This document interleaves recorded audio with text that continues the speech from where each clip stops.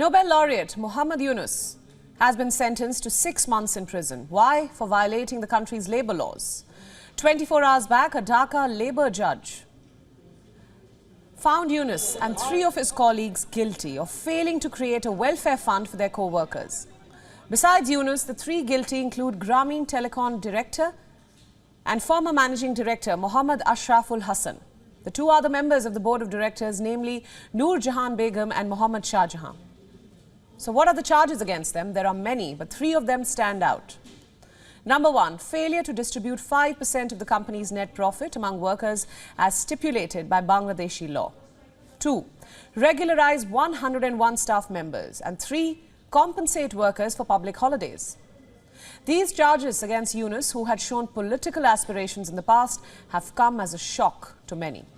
You see, this man is recognized the world over for his efforts to economically uplift the poor, especially women. He's also regarded as the founder of the Grameen Bank, a microfinance organization which makes small loans to the impoverished. Naturally, his supporters are up in arms. They're complaining that the Sheikh Hasina government was hounding him to malign his image.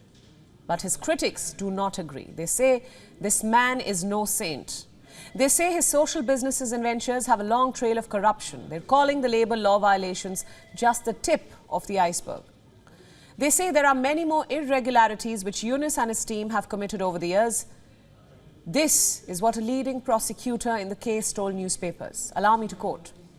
He has violated the labour laws of the country. Earlier, the Department of Inspection for Factories and Establishments, which was probing the case following complaints from the workers, gave him 2 opportunities to rectify all the wrongs committed by the company. The matter reached the court because they did not undo the wrongs.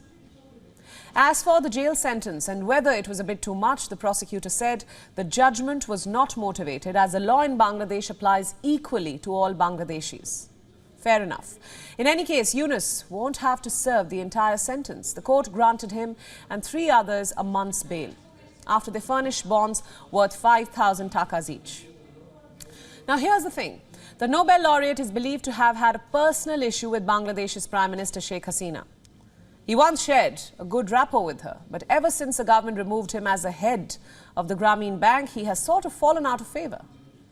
Despite his downfall, many continue to hail him as a saviour of the poor, but the Sheikh Hasina government accused him of quote-unquote sucking the blood of the poor.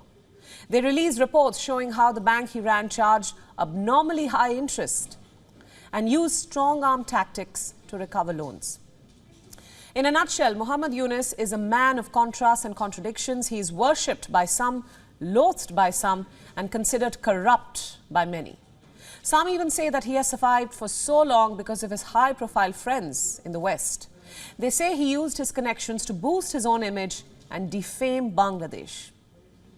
Whatever be the case today, he's a man in trouble. Charges against him have been framed. The punishment has been publicly declared. There's no saying if he'll be able to get out of this quagmire anytime soon.